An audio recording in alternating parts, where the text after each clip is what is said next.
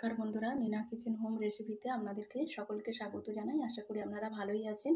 আজ শিবরাত্রির উপলক্ষে আপনাদের কাছে রেসিপি নিয়ে চলে এসেছি। রেসিপির নাম হচ্ছে ডালিয়া। কিভাবে ডালিয়াটা আমি বানাবো আপনারা ফার্স্ট থেকে শেষ পর্যন্ত ভিডিওটা আমার অবশ্যই দেখবেন।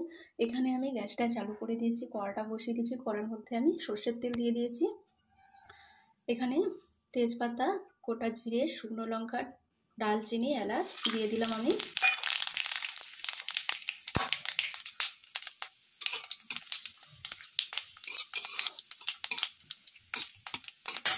দেখুন আমার এগুলো ভাজা হয়ে গেছে। এর মধ্যে আমি সবজি দেবো। এবারে আমি সবজিগুলো দিয়ে দিলাম। এখানে কী কী সবজি আছে আমাদেরকে আমি বলে দিই, দেখিয়ে দিই।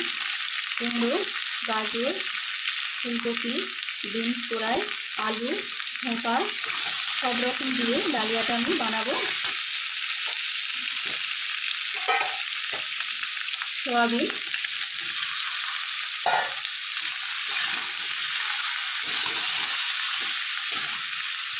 দেখুন সবজিগুলো আমার ভাজা হয়ে এসেছে। এর মধ্যে আমি দিয়ে দেবো আদা বাটা, হলুদ গুঁড়ো, সামান্য লঙ্কা গুঁড়ো, জিরে গুঁড়ো দিয়ে দিলাম।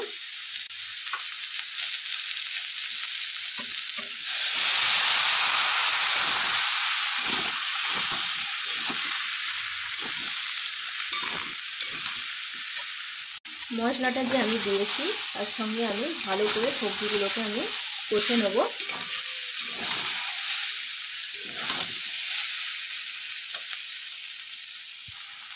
এখানে আমি ডালিয়াটা ভালো করে ধুয়ে রেখে দিয়েছিলাম। ডালিয়াটাও আমি দিয়ে দিলাম। মুগের ডালটাও আমি ধুয়ে রেখে দিয়েছিলাম, মুগের ডালটাও আমি দিয়ে দিলাম। দেখুন ভালো করে আমি এবারে মিক্স করে নেব সবজির সঙ্গে।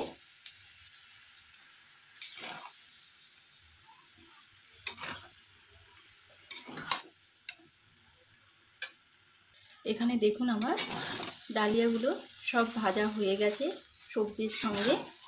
আমি এবারে একটা গামলি, দেখুন এখানে আমি একটা গামলি নিয়েছি। গামলির মধ্যে জল গরম বসিয়ে দিয়েছিলাম আগে থেকে। আমি এর মধ্যে ডালিয়াটা করে নেব।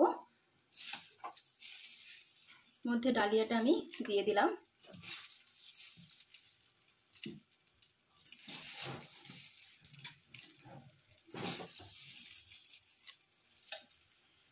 দেখুন এখানে আমি মটরশুঁটি রেখেছিলাম, মটরশুঁটিগুলো আমি দিয়ে দিলাম। পরিমাণ মতন আমি নুন দিয়ে দিলাম।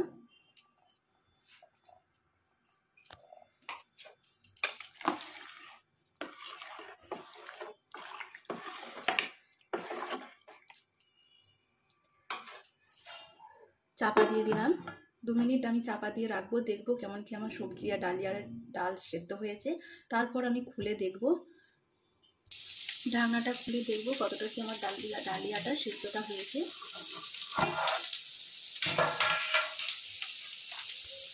এই দেখুন সবজিগুলো একদম ঘাটে নেই, ঠিকই আছে।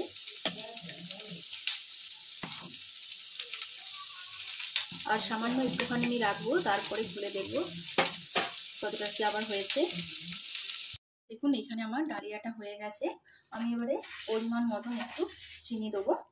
এই দেখুন পরিমাণ মতন আমি চিনি দিয়ে দিলাম, যাতে আরও খেতে সুন্দর লাগে ডালিয়াটা, তার জন্য আমি দিলাম।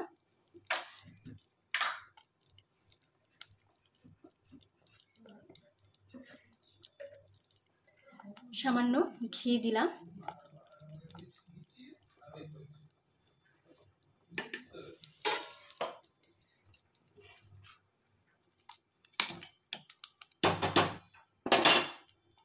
দেখুন এইখানে আমার ডালিয়াটা হয়ে গেছে। আমি এবারে গ্যাসটা অফ করে দিলাম। আপনারা এইভাবেই বানাবেন ডালিয়া। ভালো লাগলে অবশ্যই লাইক কমেন্ট করে জানাবেন। মিনা কিচেন হোম রেসিপিতে আজ এই পর্যন্তই। ভালো থাকবেন, সুস্থ থাকবেন। নমস্কার।